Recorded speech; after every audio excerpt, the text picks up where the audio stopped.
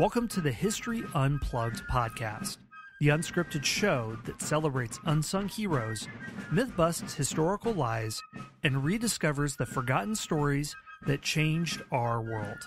I'm your host, Scott Rank.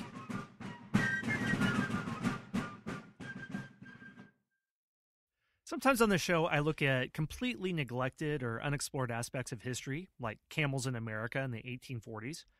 Other times, re-explore a familiar topic and try to look at it with a new perspective. We're doing the latter in today's episode, and I'm speaking with a Columbia University professor, Andrew Delbanco, about fugitive slaves before the Civil War. Professor Delbanco is the author of the book The War Before the War, Fugitive Slaves and the Struggle for America's Soul from the Revolution to the Civil War.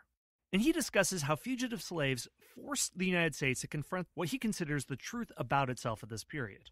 So he examines the timeless problem of when to submit to unjust laws and when to resist. In the 1850s, the problem for Southerners was how to preserve slavery without destroying the Union. The problem for Northerners was how to destroy slavery while preserving the Union. Back then, with America on the verge of collapse, Congress reached what it hoped was a solution. The notorious Compromise of 1850, which required that fugitive slaves be returned to their masters. But the law, which intended to preserve the Union, instead set the nation on the path to civil war. So one of the things that Professor Delbanco challenges is the idea that the Emancipation Proclamation was issued on high by one president, which was the root and sole cause of emancipation, when really the seeds were planted by activists and fugitive slaves and the nascent Underground Railroad, which when Northerners saw black members of their community hauled off in chains back to the South after living there for 10 or 15 years, really ignited the imaginations and took abolitionism to the next level. Now, about midway through this episode, there's a little bit of audio blotching, and I apologize for that, but it gets over in a minute or two, and you'll be able to understand all that's said, even though it's a bit splotchy. Anyway, that's all for my preamble, so I hope you enjoyed this discussion with Andrew Delbanco. Dr. Delbanco, welcome to the show. Thank you. Pleased to be here. So to start off, the topic of your book on fugitive slaves and the Compromise of 1850 is at least encountered by almost all Americans who go through public education. So what in your research and what you see in contemporary society prompted you to return to this topic and write a book about it? Well, first of all, what I see in contemporary society, contemporary is always changing every 5 minutes, right? So when I undertook to write this book, the country felt a lot different from the way it does today. We had our first African-American president. We had an immigration problem, but it hadn't moved to the center of public discourse in the way it has since. So the kinds of parallels that began to jump out at me about illegal immigrants, which is one way to describe the fugitive slaves of the 19th century, sanctuary cities, which is sort of what Boston, Rochester, Syracuse, other places declared themselves to be, and an increasingly polarized country. I had the weird experience that those themes became more and more evident to me as I went into the story. As to why I undertook it in the first place, I mean, I think you're quite right. It's not exactly a new subject. People have heard about the Compromise of 1850 and maybe even the Fugitive Slave Law. But I began to feel as I read through the literature that there are a great many excellent monographs on one aspect or another of the crisis and biographical studies of some of the most famous fugitives, good narrative accounts of some of the most dramatic cases of fugitive rescues. But it began to seem to me that there was room for the whole story to be told. And when I began to tell the story, I found myself having to go back in time. I mean, you could go all the way back into the 17th century. The first law in South Carolina passed for the recovery of fugitive slaves dates back to the 1680s. But I went back basically to the Constitution and talked about the introduction into the Constitution of what we now know as the Fugitive Slave Clause, because that was the first effort to address this problem.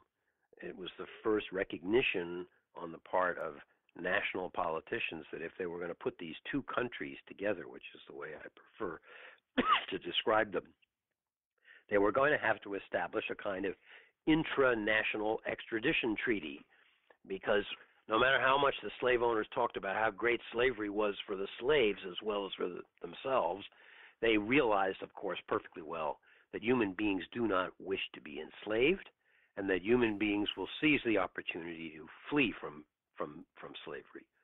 So in the Constitution, they wrote this clause requiring the rendition of fugitives back to the person to whom they owed service or labor. But they failed to explain how this was going to be enforced. Were they going to be local police officers, state authorities, or the federal government itself that was going to capture these people and forcibly return them? They avoided that problem because there was no answer to it. So I began to feel that there was a dramatic story to be told about how, over the first 75 years or so of the existence of the Republic, the problem got more and more acute. The border between the slave states and the free states got longer and more porous. You had, therefore, not just the border between Maryland and Virginia, but you had the border between Kentucky and Ohio. And slave owners, particularly in the Upper South, became more and more concerned about the security of their human property, which was fundamental to their economic well-being and indeed to their whole way of life. So the problem became more and more intense, and it led to this effort to resolve it in 1850. So I felt there was a story there that needed to be told, and turns out it's a pretty dramatic and disturbing story with some unsettling parallels to our own time. One question about background context. You mentioned how the question of fugitive slaves changes as the border between North and South extends west. What also were legal changes that happened from the American Revolution to the Civil War on fugitive slaves, and how do these change over time on a state and federal level? Well, it's a great question, because what I call the war before the war took place at all different levels.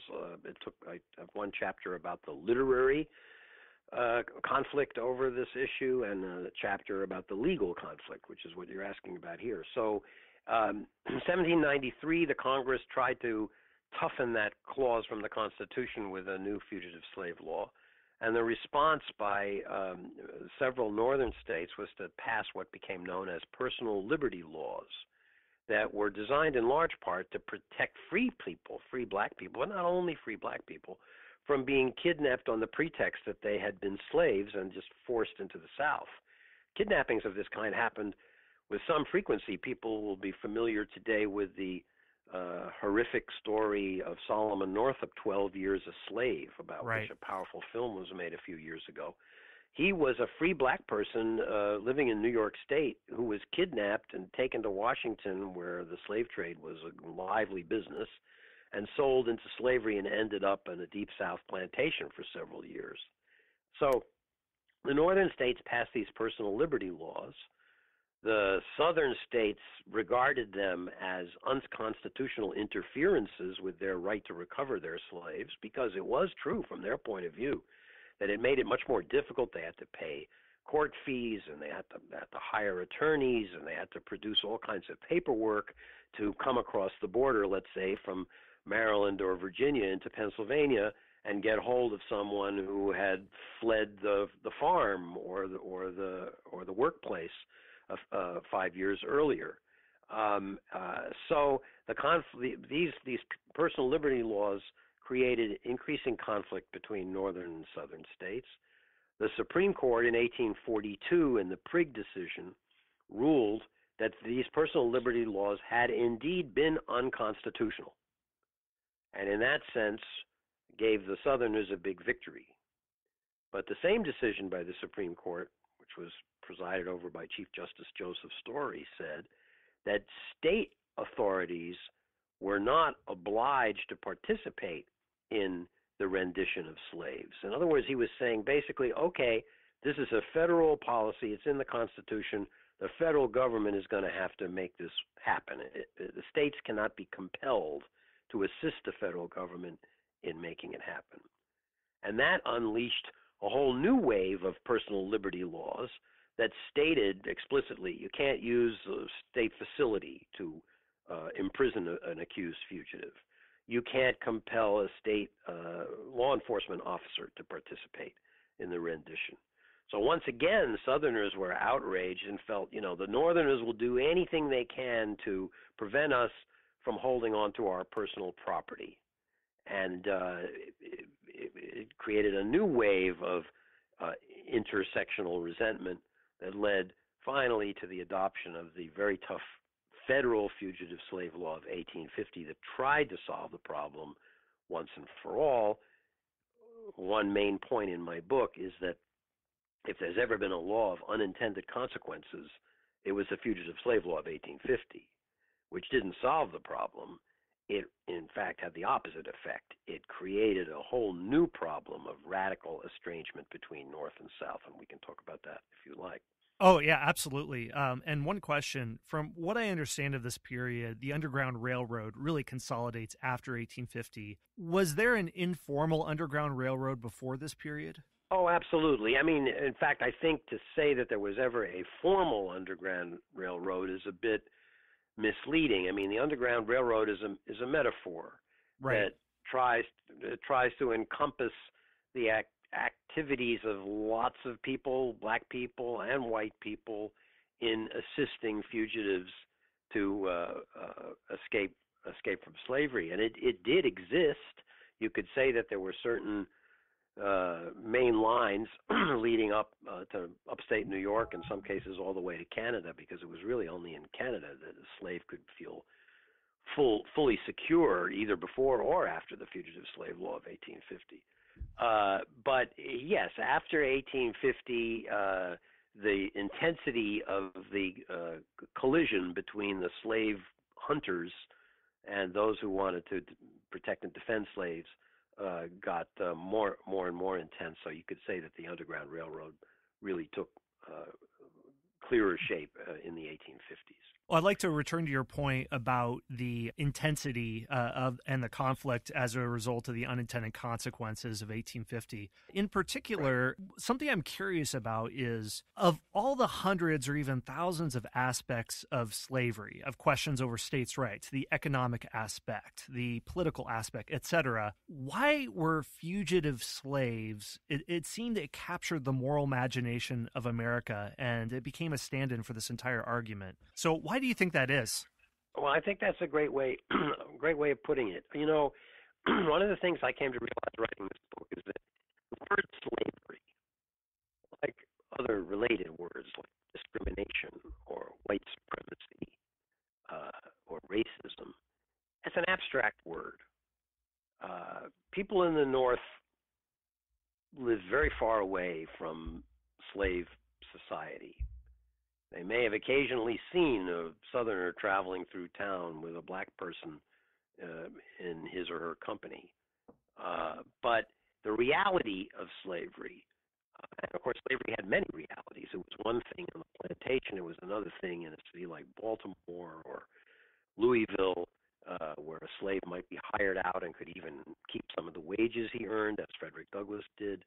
Yet the larger reality of slavery, the stark reality that human beings could be owned by other human beings, was something that it was very easy for Northerners to close their eyes and ears to. And there, I guess I would venture a parallel with the present or with any time in history. We are very good at convincing ourselves that we're not implicated in crimes or immoralities that are being committed by people somewhere else. Reality is that there was a web of connection among all Americans at the center of which was slavery. The northern banks were financing the plantations. The northern textile mills were weaving slave-grown cotton into cloth for domestic or foreign consumption. The sugar that you put in your tea or into your dessert treats was raised by slaves. Ralph Waldo Emerson